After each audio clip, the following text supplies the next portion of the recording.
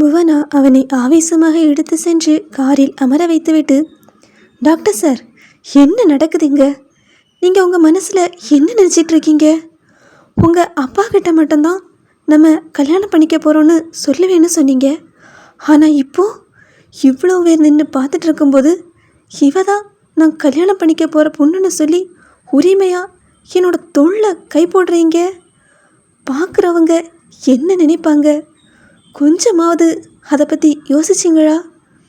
உங்களுக்கு இது சாதாரணமாக இருக்கலாம், ஏன்னா நீங்கள் ஆம்பளை. ஆனால் எனக்கு அப்படி இல்லை. ஒரு பொண்ணுக்கு இது எவ்வளோ பெரிய விஷயம் தெரியுமா? இன்னைக்கு அங்கே நின்று பார்த்த எல்லாரும் நாளைக்கு என்னை எந்த மாதிரி பேசுவாங்கன்னு தெரியுமா? என்னோடய வாழ்க்கை, என்னோடய எதிர்காலம், இது எதையாவது பற்றி நீங்கள் கொஞ்சமாவது யோசிச்சிங்களா டாக்டர் என்று அவள் கேட்டு முடிப்பதற்குள் வேகமாக அவள் கன்னங்களை தன் இரு கைகளாலும் ஏந்தியவன் அவள் கண்களில் ஆழமான முத்தம் ஒன்றை பதித்தான். அந்த ஒற்றை முத்தத்திலேயே புவனா பேச முடியாமல் அமைதியாகிவிட்டாள். என்னை பார்த்து அவ என்ன வார்த்தை சொல்லிட்டா? எனக்கு உணர்ச்சி கிடையாதா? என்னோட உணர்ச்சிகளுக்கு மதிப்பு கொடுத்துருந்தா நான் ஏன் இப்படி இருக்க போகிறேன் என்று குரல் நடுங்க பேச, புவனாவின் கண்களிலோ அவன் கொடுத்த அந்த திடீர் முத்தத்தால் கண்ணீர் நிரம்பியது. ஆனால் அவளால் எதுவுமே பேச முடியவில்லை. என்ன செய்வது என்று எதுவும் தெரியாமல் அவனை ஏறெடுத்து பார்க்க கூட முடியாமல் தவித்து போனாள் அவள். அடுத்த நொடியே டமார் என்று ஒரு சத்தம். ஆகாஷ் காரின் கண்ணாடியில் ஓங்கி வேகமாக குத்தினான். அவனது கையில் லேசாக ரத்தம் கசிந்தது. ஆனால் அவன் கண்களில் இருந்த வலி அதைவிட கொடூரமாக இருந்தது. அவன் கண்கள் முழுவதும் சிவந்து ஆக்ரோஷமாக மாறினான். அவன் இப்போது மனிதனாகவே இல்லை. இப்போது அவனிடம் என்ன பேசினாலும் எந்த பயனும் இல்லை என்று புரிந்த புவனாவோ அமைதியாக அவனையே பார்த்து கொண்டிருந்தாள். சற்று நேரம் தனக்குத்தானே ஏதோ முணுமுணுத்தவன் மீண்டும் அவளை பார்த்தான். எனக்கு உணர்ச்சி இல்லையா? என்னைக்கு முதலா உன் கண்ணை பார்த்தனோ அன்னைக்கே நான் மொத்தமாக விழுந்துட்டேன்டி. உன்னோட கண்ணு என்னால் மறக்கவே முடியலை என்று சொல்லியவனோ மீண்டும் அவளது இரு கண்களிலும் மாறி மாறி முத்தமழை பொழிந்தான். புவனாவோ பதட்டமாக அவனை விலக்க முயல அவன் வேகமாக அவளது இடையை வருட ஆரம்பித்தான். அளவுக்கு அதிகமான உணர்ச்சிகள் ஒன்றாக உடலில் பரவ புவனா தன் கண்களை இறுக்கமாக மூடிக்கொண்டாள். அதை பார்த்த ஆகாஷ் அவளிடம், ஏய், கண்ணை மூடாதடி, கண்ணை துற என்று அவளது முகத்தை ஏந்தினான். என்னால் சுகம் கொடுக்க முடியாதுன்னு சொல்கிறாளே, அப்போ சுகமாக இல்லைன்னா நீ எதுக்காக கண்ணை மூடுற என்று பித்து பிடித்தவன் போல கேட்டான். புவனாவோ திகைத்து நின்றாள். அவனின் வார்த்தைகளில் கோபம் இல்லை, உடைந்த அவமானம் மட்டுமே இருந்தது. டாக்டர் ப்ளீஸ் அமைதியாக இருங்க என்று அவள் சொல்லி முடிப்பதற்குள் அவளது வார்த்தைகளை பாதியிலேயே விழுங்கியவன் அவளது உதடுகளை ஆழமாக முத்தமிட்டான். புவனாவின் விரல்களோ தன்னியல்பாக அவன் சட்டையை இறுக பற்றி கொண்டது. சொல்லுடி, சொல்லு, எனக்கு உணர்ச்சி இருக்கா இல்லையா? அவகிட்ட போய் சொல்லு என்று வெறி பிடித்தவன் போல கத்த ஆரம்பித்தான். ஹே, அவ ஒரு நாள் கூட புருஷங்கிற உரிமையில் என்னை தொட விட்டதே இல்லை. அப்படி இருக்கும்போது எனக்கு எப்படி அவன் மேலே ஃபீலிங்ஸ் வரும்? இத்தனை பேர் முன்னாடி எனக்கு சுகம் கொடுக்க தெரியாதுன்னு சொல்லிட்டு போகிறாளே, அவள் பண்ண வேலையை சொன்னாளா யார்கிட்டையாவது? நான் ஒரு டாக்டர் டி. பொண்ணுங்க உடம்ப பார்த்து பார்த்து எனக்கு மறத்து போச்சு. ஆனால் ஒரு பொண்டாட்டியா அவள் என்ன பண்ணியிருக்கணும்? புருஷங்காரன் கல் சில மாதிரி இருக்கும்போதே இன்னொருத்தனை கூட்டிகிட்டு வந்து என்கிட்டயே இவன் கூட போகிறேன்னு சொல்கிறவ என்னால் எப்படி தாங்கிக்க முடியும் என்று கத்திக்கொண்டே தன் தலைமுடியை வேகமாக கோதினான் ஆகாஷ். தாங்கிக்கிட்டேன்டி, எல்லாத்தையும் தாங்கிக்கிட்டேன். அப்பாவுக்காக. அப்பாவோட மனசு கஷ்டப்படக்கூடாதுன்னு அவள் பண்ணது எல்லாத்தையும் மறைச்சி சந்தோஷமாக வாழ்கிற மாதிரி நடித்து ஒவ்வொரு நாளும் உள்ளுக்குள்ளேயே செத்துட்டு இருந்தேன்டி. நான் சொன்னது 1% மட்டும்தான், அதுக்கு மேலே என்னால் சொல்ல முடியலை. அப்படிப்பட்டவ என்னை பற்றி கேவலமாக பேசுகிறா? அவனது கண்கள் முழுவதும் சிவந்திருந்தது, குரலோ உடைந்திருந்தது. எத்தனையோ பொண்ணுங்களை தொட்டு கடத்தியிருக்கேன். எனக்கு எவகிட்டையும் எந்த உணர்ச்சியாக வந்ததில்லை. ஹாஸ்பிட்டலில் வச்சு உன்னோட இடுப்பை கூட பிடிச்சனே, அப்போ கூட எனக்கு எந்த ஃபீலிங்ஸும் வரலை. ஆனால் நீ என்னை எப்போ அப்படி ஒரு கோலத்தில் கட்டி பிடிச்சியோ அப்போ எனக்கு ஃபீலிங்ஸ் வந்துடி. அதிகப்படியான ஃபீலிங்ஸ் வந்தனால தான் எனக்கு அப்படி ஆச்சு. அவன் பேச பேச புவனாவுக்கு அவன் எந்த உணர்வில் பேசுகிறான் என்று கூட புரியவில்லை. கோபமா, பாவமா, வலியா? அவனுக்குள் இத்தனை காயம் இருக்கும் என்று அவள் நினைத்ததே இல்லை. என்னை உணர்ச்சி இல்லாத மனுஷனா மாற்றுனது அவ. உணர்ச்சி வந்தால் எனக்கு இந்த மாதிரி பைத்தியம் பிடிக்கிற மாதிரி ஆக்குனது அவ. எல்லாம் பண்ணிக்கிட்டு இப்போ அவ என்னை பற்றி அவளாவே ஒரு ஜட்ஜ்மெண்ட் பண்ணிக்கிட்டு எனக்கு ஃபீலிங்ஸ் இல்லைன்னு சொல்லிட்டா என்று சொன்னவன் திடீரென்று அவளது முகத்தை இரு கைகளாலும் பிடித்தான். நீ சொல்லுடி, நீ சொல்லு. நான் உணர்ச்சி உள்ள மனுஷனா இல்லையா சொல்லு என்று கேட்டுக்கொண்டே மீண்டும் அவளது இதழ்களை ஆழமாக சிறைப்பிடித்தான். இந்த முறை புவனா அவனை தடுக்க முயன்றாலும் அவனது முத்தத்தில் கோபத்தை விட வலிதான் அதிகமாக இருந்தது. அந்த வலி அவளது இதயத்தை ஏதோ செய்தது.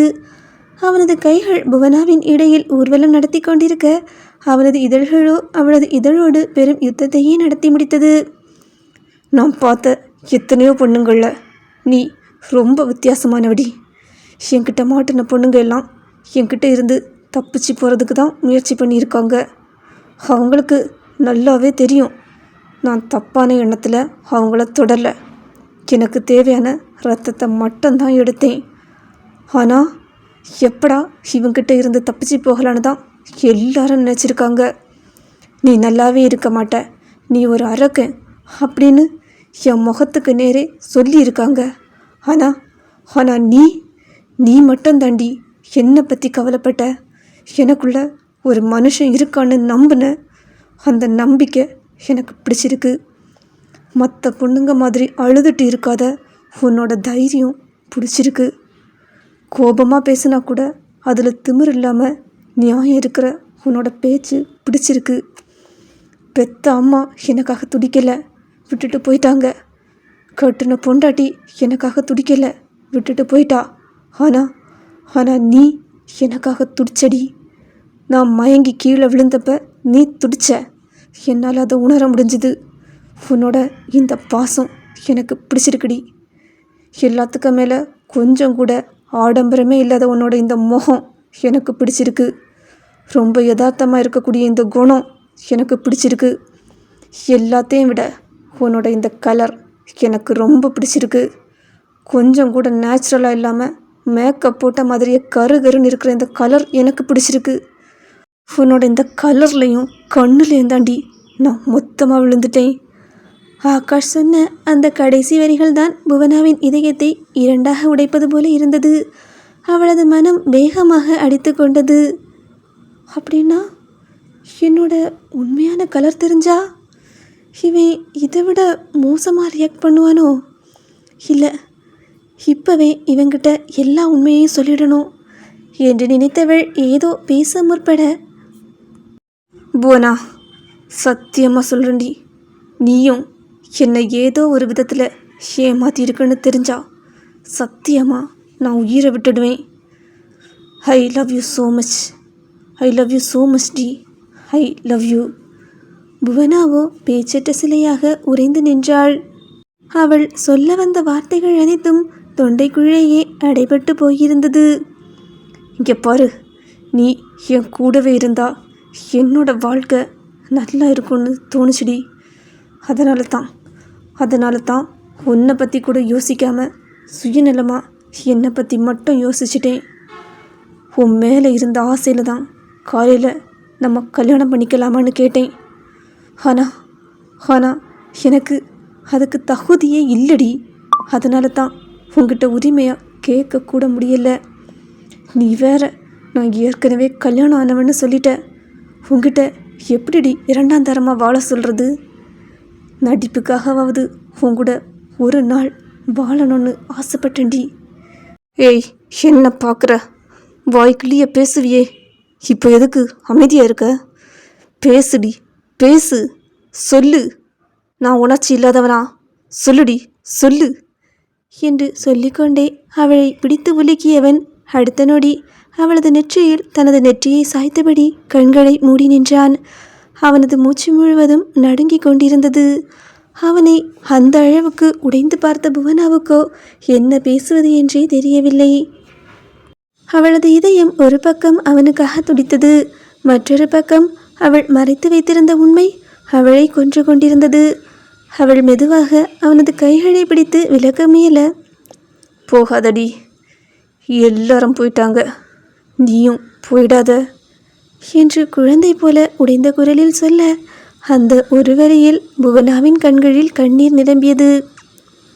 ஹே புவனா, நீ ஆகாஷை காருக்குள்ளே இழுத்துட்டு போன வேகத்தை பார்த்தா நீ அவனை ஏதோ செய்ய போறன்னு நினச்சா, ஆனால் அவன் இங்கே உன்னை ஏதேதோ செஞ்சுக்கிட்டு இருக்கான்.